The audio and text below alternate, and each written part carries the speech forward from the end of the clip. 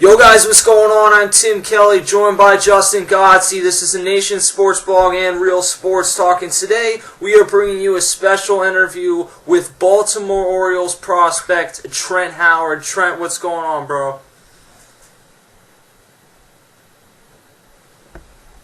Hey, not too much. Thanks for having me. No problem. All right, Trent, thank you so much for tuning in. We really do appreciate you coming on out of your busy schedule to come out and talk to us. Now, you went to Clark High School. What was your overall high school experience like? I think I had a pretty typical high school experience for a guy who ended up going to a Division I school. Nothing too spectacular. I did well. Team was usually pretty solid. But I wasn't always the go-to guy. We had a lot of talent. So I definitely learned to be a little humble through some of these experiences. Growing up, when you're always the big dog, you always want to stay there, and then you run into some older guys, and you got to learn that hey, I got to take my seat, and I got to earn that. But my high school experience, I have no complaints. I learned a lot of things, had some great coaches, and, really between that and high school summer ball put me in a great position to go to Central Michigan and really allow to develop my talents. Yeah, I think we've all been through those experiences, those of us who have played the high school sports, and from there, what led you to choosing Central Michigan University out of high school? Well, I had a pretty good number of schools interested, and I went on a few visits, and within a month I actually committed to Central. I committed the first time I even went on campus. They had me come in for a camp, and Coach saw me. A couple of the coaches I'd already seen me before that.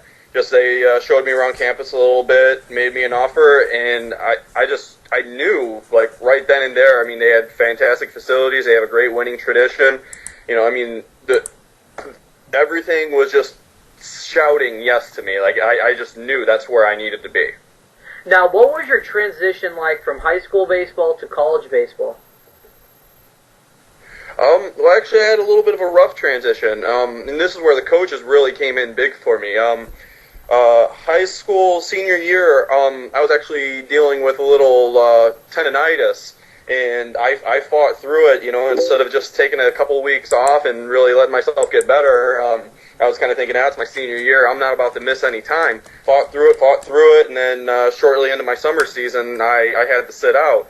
And I missed that whole summer. And then even coming into the fall, I hadn't really thrown much. My first fall ball game, I actually walked 5 batters in a row, and they kind of said, that's enough of this, and give me a couple other opportunities, but it was a rough transition, I was trying to kind of come back from that injury. I didn't know how to handle it mentally, and it was a bit of a struggle, but the coaches were fantastic. They never gave up on me, and actually my freshman year I became our number 3 starter, and, I ended up having a pretty good year, made all conference, and, because the coaches never gave up on me, it really, really allowed me to develop those talents and set myself up for a successful career. Trent Howard, Orioles prospect, joining us here on the Nation Sports Blog and the Real Sports Talk. Now, Trent, obviously things turned around enough at Central Michigan. You mentioned the all-conference and everything, and then ultimately you were drafted in the 7th round, which is really pretty high in the MLB draft, by the Baltimore Orioles. Talk about that experience on draft day.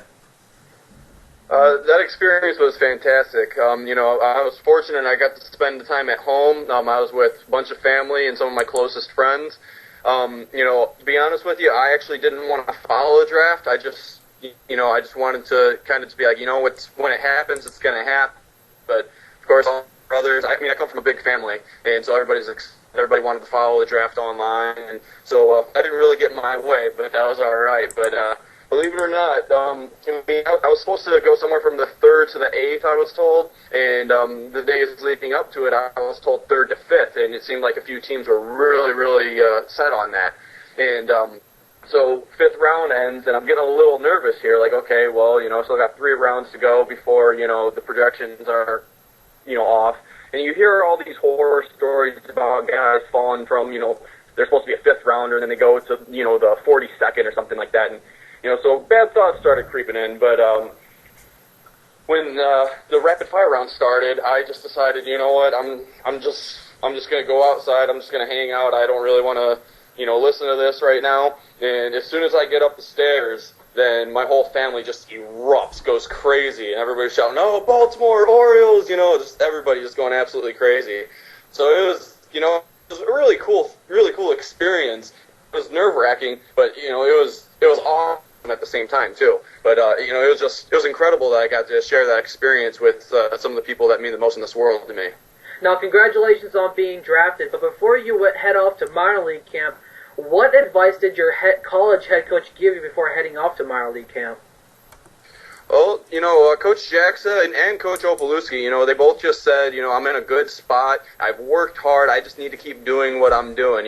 They knew that I was going to receive some great coaching along the way in the Orioles organization, but, they were confident in my abilities and in what I had showed that I could do. And, over my 3 years at Central, I really learned to deal through some adversity, and, I really learned to grow up a bit, and really just be a competitor and go out there no matter what, just play ball. And they, that was their biggest thing, is never lose that attitude. Work harder than everybody around you, and just never give up. You can do this, and they're telling you can do this. So believe in yourself and just do it.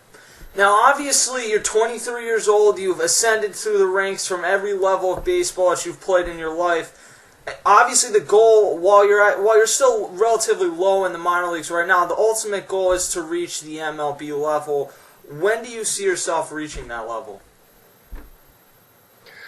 That's hard to say. I feel like I'm in a good spot right now. I've been throwing the ball really well. Last year, I didn't have the greatest year in Frederick. I had some inconsistencies, but I also had a lot of high spots. I know the organization likes me. They're pretty high on me. And, honestly, this could be far-fetched, but I personally believe that, with where I am, with the work that I put in this off-season, I really believe that somewhere from this year, probably at the end of the year, through maybe, 2015, I know that's kind of a broad range, but I really feel good about where I'm at. I really feel like the organization is high on me, and I feel like there could be something special going on here in the next, season or two. So I wouldn't be surprised if it happens within a couple of years.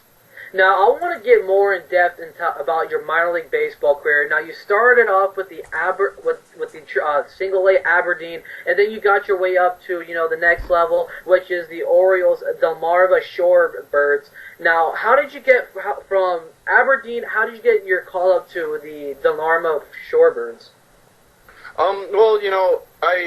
When I first signed, they sent me to the GCL down here in Florida for rookie ball. I actually didn't pitch at all down here, but they just sent me down here for a few days, promoted me to Aberdeen after they saw me pitch a few bullpens just to make sure, I was still on top of my game, ready to go. And, I just went out there and I performed. I didn't worry about anything else. I just went out there and played the game that I love. And I had a good enough year. I was fortunate enough to be an all-star, thanks to amazing defense behind me, making great plays, and I had a couple of really good catchers, and not to mention Scotty McGregor was my pitching coach, so that never hurts. But so all things considered, I think that it really felt that I was ready to start the 2012 season in Delmarva, which I showed that I was. I went out there and I performed really well out of the bullpen. I threw 20-some pretty solid innings, and I got the promotion to Frederick, where I continued to do pretty well, but I also learned a lot about myself and learned a lot about pitching there. So, Trent Howard joining us here, and Trent, one of the things that is able to make pitchers so successful through the minor leagues and then ultimately up to the major leagues is having a good arsenal of pitches. What pitches do you like to feature? Well, I have a 2 and a 4-seam fastball, a knuckle curve, a changeup, and a cutter. And I really believe that all those are quality pitches. I've been told that they all are, as a matter of fact. But the biggest thing for me is, majority of the time I can locate them really well. That's been a little inconsistency, in Frederick. Just kind of changing up some mechanical things. You know, I was having trouble with location there, but that's in the past. That's been my biggest thing is, you know, being able to locate any of those pitches at any time in any count. It doesn't matter. I can, you know, that's been my thing is I can just get guys out in any situation with any pitch. You know, I mean, it's just one of those things. I mean, being a guy that, you know, I'm not going to blow anybody away. You know, I have to be smart. I have to learn how to work guys. And, you know, I mean, I've been fortunate enough to develop 4 high-quality pitches. Okay, so going off of that point, who would you compare yourself that's currently pitching at the MLB level? Oh, man.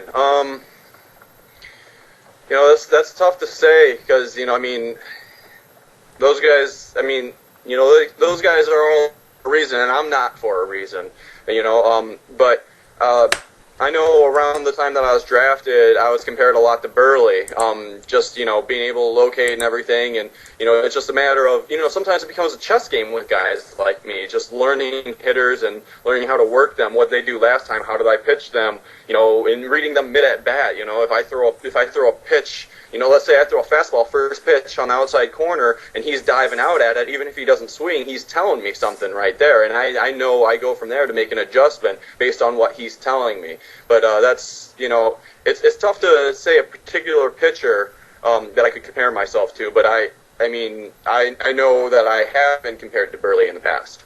Now, it's 2013, Trent. What are we to expect from you from 2013 and beyond?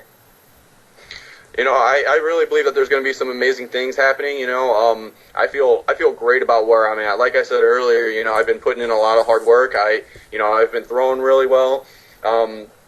You know, I mean, I can't tell you exactly what to expect, but, you know, I can tell you that, you know, it should be very exciting. I'm definitely excited to see where this goes. You know, I'm hoping that I'll get to start in Double-A this year. I mean, we'll see. Who knows what will happen.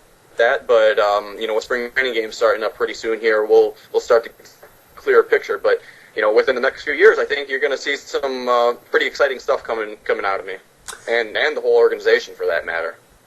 Trent Howard, Baltimore Orioles top prospect. Trent, thank you so much for joining us. Best of luck to you in your future. No one's going to be rooting harder than us.